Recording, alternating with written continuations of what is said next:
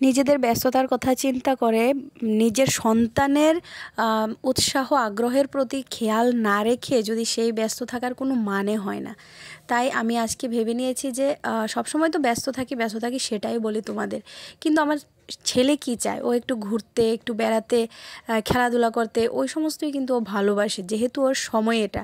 আর এখনকার বাচ্চারা আমাদের মতো কই আর সেই জল মাটি দিয়ে খেলে, ওরা তো সেই ঘরের মধ্যে বন্দি থেকেই যতটুকু খেলে, যতটুকু দেখে ততটুকুই। আর এখনও তো স্কুলে যায়নি, তো স্কুলে গেলে আরেকটু অন্যরকম একটা পরিবেশের মধ্যে পড়বে, সেটা আমি জানি। তো তাই জন্য দেখো, অনেক দিন ধরে অংশ কিন্তু ঘুরতে বেরোয় না।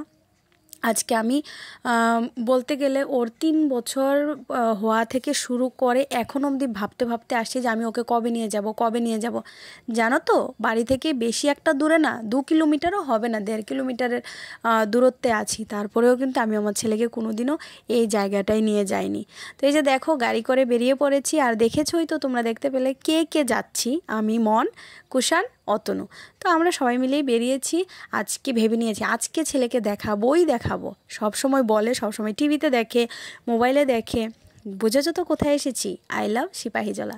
তো আজকে এসেছি আমরা জুতে। অনেকদিন ধরেই অংশ বলছিল টাইগার দেখবে, এলিফ্যান্ট দেখবে, ওই সমস্ত কিছু দেখবে, পিকক দেখবে। যাই হোক, ও যা দেখে, যা পড়ে, সেই সমস্ত কিছু নিয়েই কিন্তু বাড়িতে চর্চা করতেই থাকে। এই যে দেখো, এখানে আমাদের টিকিট কাটা হয়ে গেছে। এখন আমরা আস্তে আস্তে ঢুকবো। সব সময় চিন্তা করি, জানো তো, বিয়ের আগে বহুবার গিয়েছি, বিয়ের পরে এই প্রথম আমার যাওয়া। বিয়ের আগে বহুবার গিয়েছি। এটার ভিতরে না এতটা জায়গা হাঁটতে হয়, সেই হাঁটার কথা ভেবে না ছেলেকে নিয়ে যাওয়াই হচ্ছে না আমাদের। ভাবি যে ওকে নিয়ে গেলে ওকে কোলে করে হাঁটতে হবে, ওটা অনেকটা পরিশ্রমের একটা ব্যাপার। কিন্তু আজকে ভেবে নিয়েছি না, অংশ আজকে নিজেই হাঁটবে, দৌড়াবে। আর তোমরা দেখলে মানে বুঝবে যে ও আসলে ভীষণ স্পন্টেনিয়াসলি কিন্তু ও এনজয় করেছে। মানে পুরোটা জু ও ঘুরেছে, দেখেছো তো, কোলে উঠেইনি, হেঁটেই চলেছে। আর এই যে দেখো, আমি সবগুলির নাম বলতে পারবো না, ভিডিও করেছি, তোমরা দেখে নিও। কারণ অনেকগুলি ক্যাট আছে, হ্যাঁ, ক্যাটের অনেকগুলি স্পেসিস আছে যেগুলির নাম আমি বলতে পারছি না, এখন মনে নেই। ওই সময় বোর্ডে লেখা ছিল তো, ওইটা পড়েছি, দেখে নিয়েছি, ব্যাস এতটুকুই। আর শুরুতে এই যে আমাদের সিংহ মামা মাংস খেতে যাও, রাজহংস দেব এনে হিংসা ভুলে যাও, দেখে ফেলেছো তোমরা। তো এই যে দেখো, মানে ঢুকতেই আগেই আমরা সিংহ মামাকেই দেখেছি। সিংহ এখানে একটা না, সিংহ আছে 3টা আছে, 3টা সিংহই আছে। সিংহকে খুব ভালো করেই দেখতে পেলাম। তারপর কি দেখিনি, মানে দুর্ভাগ্য যেটা, সেটা আমি তোমাদের বলবো, কি দেখতে পাইনি সেটা। আর এই যে দেখো, হরিণগুলি এত ভালো লাগছিল। আর এই দিকে একটা মাংকি দেখো, আমার অংশ কিন্তু একটুও ভয় পায়নি, কিন্তু মাংকিটা এখানে, ও মাংকির সোজাসুজির নিচে দাঁড়িয়ে কথা বলছে, ভাবতে পারছো?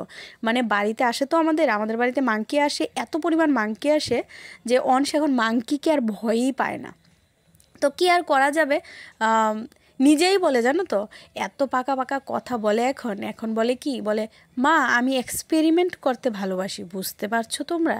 এই যে দেখো পর্কুপাইন, মানে ওর মনে হচ্ছিল যেমন এটার কাটা দিয়ে এক্ষুনি চলে আসবে মারার জন্য, এরকম একটা লাগছিল, বেশ ভালোই লেগেছে। আর এই দিনটা জানো তো প্রচুর রোদ ছিল, আর দুপুরবেলাটা অংশ ভীষণভাবে এনজয় করছিল। আর এখন আমি ভয়েস ওভার দিচ্ছি, ওইখান থেকে ও বলছে যে আমি বলবো, মানে ও কি দেখেছে, কতটুকু এনজয় করেছে সেটা বলার জন্যই কিন্তু এক্সাইটেড আছে এখনও। এই যে দেখো, এখানে মানে ধরতে পারছিলাম না, কোনো রকম ধরতে পারা যাচ্ছে না ওকে। ও একা দেখবে, এইখানে একটা দেখেছে তো, ওইখানে দৌড়ে একাই চলে যায়। ওর বাবা যায়নি আজকে সঙ্গে। আমার একটু মানে ভয়ও লাগছিল যে আমি আসলে কোনোদিনও একা ওকে নিয়ে কোথাও ঘুরতে যাইনি, এই প্রথম। বলতে গেলে আমারও সেটা একটা নতুন অভিজ্ঞতা, আর অংশের জন্য তো সম্পূর্ণই একটা আমার নতুন অভিজ্ঞতা বলতে, ওর বাবা যায়নি সঙ্গে, তো সেহেতু ওকে মানে বিশেষ কেয়ারে রাখতে হয়েছিল আমারই, কারণ আমার সঙ্গে গিয়েছিল মন, কুষাণ, ওরাও তো বাচ্চা, বলো, আমার কাছে তো ওরাও বাচ্চা, তো অংশ আরেকটা বাচ্চা, মানে সব বাচ্চার ভিড়ে আমি যেমন একটা বড় একটা গার্জিয়ান হয়ে গিয়েছিলাম, তাও আমি কতটুকু খেয়াল রাখতে পেরেছি ওদের, সেটা আমার জানা ছিল না। তো এই হলো কথা। যাই হোক, কথা হলো যেটা দেখতে পাইনি সেটা তোমাদের বলি। আজকে জানো তো, ক্লাউডেড লেওপার্ডটা দেখতে পাইনি, তারপরে তোমার ক্রোকোডাইল দেখতে পাইনি, তারপরে সবচেয়ে কমন যেটা ছিল, আমরা যখন ছোট ছিলাম না, আমাদের বাড়ির সামনে দিয়ে অনেক এলিফ্যান্ট যেত, আমরা দেখতে পেতাম বাড়ি থেকে, মানে ঘর থেকে দৌড়ে রাস্তায় চলে আসতাম এলিফ্যান্ট দেখার জন্য।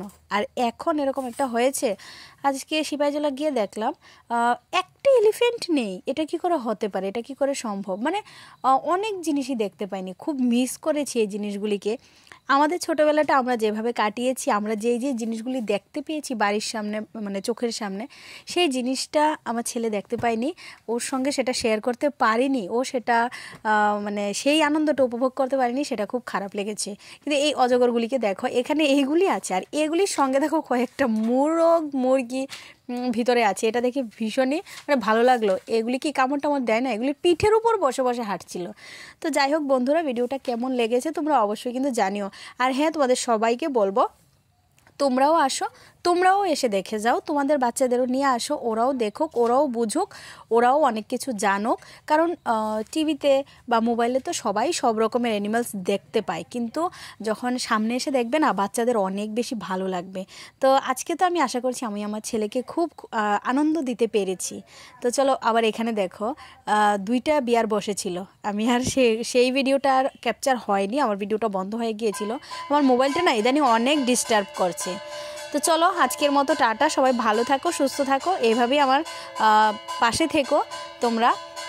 আর এখানে দেখো, এটা কি আমি বুঝতে পারিনি, এগুলি নাম বললাম না, নাম আমার ঠিকঠাক মতো আমার মনে নেই। এগুলিকে না এখন খাবার টাইম, এগুলিকে খাবার দিচ্ছিল, তো ফট করে গিয়েই খাবারটা নিয়ে আসছিল, এরকমই করছিল, ভালোই লাগছিল, ভয়ও লাগছিল। এই যে দেখো, এখানে আরেকটা সিংহ মামা। তো বললাম না, সিংহ দেখতে পেলাম 2-3টা, কিন্তু টাইগার দেখতে পাইনি, একটা টাইগারও দেখতে পাইনি। টাইগারের জায়গাগুলি পুরোই ফাঁকা হয়ে আছে। আর এই জায়গাটা দেখছো তো, ভাঙা জায়গাটা, আমার মনে হলো কেন জানি এই জায়গাটা এই সিংহগুলি যখন ওদের মানে রাগ উঠেছে তখনই ভেঙেছে হয়তো বা।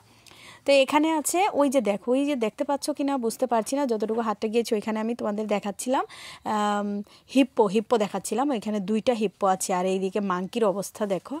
তো এখন আমরা বেরিয়ে যাব, বেরোনোর এখন টাইম হয়ে গেছে, আর কিছু নেই দেখানোর মতো। এই বিড়াল দেখতে পেলাম, কয়েকটা স্পেসিসেরই বিড়াল দেখতে পেলাম, অনেক বড় বড়।